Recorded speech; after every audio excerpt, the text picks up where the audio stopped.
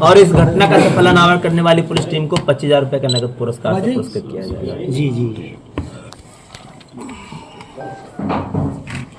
Sir, कोई हत्याकांड हुआ था, आपने कुछ खुलासा किया है? क्या मामला है, क्या निकल के आया इसमें? देखिए, दिनांक 3 फरवरी को देर रात्रि को थाना कनलगंज पुलिस को सूचना प्राप्त हुई थी कि थाना क्षेत्र अंतर्गत जो ग्राम है दुल्हिनपुरवा का मौजा नारायणपुर माझा, उसमें एक शिव शंकर दुबे नाम के व्यक्ति को अज्ञात लोगों द्वारा चाकू मार के उनकी हत्या कर दी गई है। इस सूचना पर तत्काल थाना पुलिस एवं उच्च अधिकारियों द्वारा घटनास्थल पर पहुंचकर घटनास्थल का निरीक्षण किया गया। फॉरेंसिक यूनिट को भी मौके पर बुलाया गया, साक्ष्य संकलन की कार्रवाई की गई। परिजनों द्वारा जो मृतक के पिता हैं उनके द्वारा लिखित तहरीर देकर जो उनके पटीदारी के 5 लोग थे उनको नामजद करते हुए, जो उनकी जमीन के मामले में जिनसे रंजिश चल रही थी उनको नामजद करते हुए हत्या की धाराओं में मुकदमा पंजीकृत किया गया। पुलिस द्वारा घटना की गहनता से जांच की गई।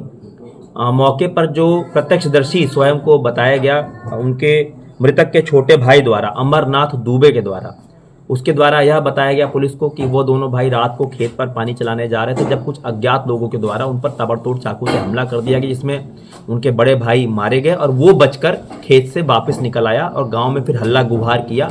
तब तलाश करने पर उनके भाई की डेड बॉडी खेत में मिली। उसके द्वारा जब उसके और जानकारी चाहिए गई तो कई ऐसी बातें निकल कर आई जो लगातार विरोधाभासी और संदिग्ध थी। इस पे जब शक हुआ तो पुलिस के द्वारा सभी पहलुओं पर इस मुकदमे में जांच की गई। कई टेक्निकल और मैनुअल सुराग पुलिस के हाथ लगे और जब उन सभी को सामने रखकर जो मृतक के छोटे भाई हैं अमरनाथ दुबे, उनसे पूछताछ की गई तो उनके द्वारा पूरी घटना को कारित किया जाना स्वीकार किया गया।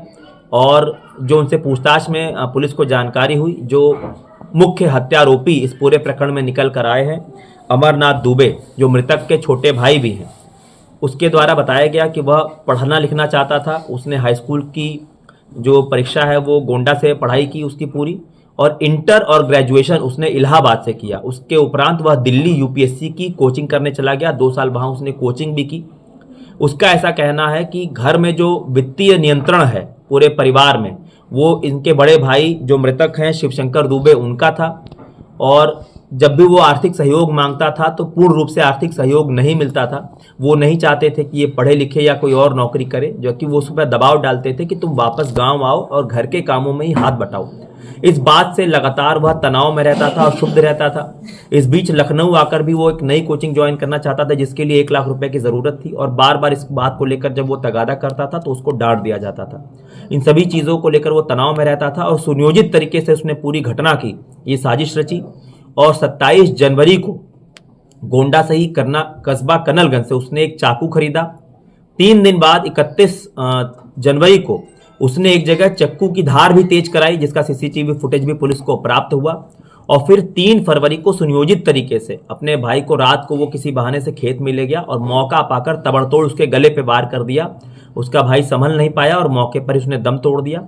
उसके बाद अपने बड़े भाई के जेब में रखे 31,500 रुपए उसने वहां से चुराए और पास में ही एक जगह खेत में गाड़ दिया। उसके बाद बाहर आकर उसने गांव वालों के सामने हल्ला मचाया और इस तरह की एक मनगढ़ंत कहानी रची अपने विपक्षियों को, पटीदारों को फंसाने के उद्देश्य से कि उन लोगों ने हत्या कारित कर दी गई।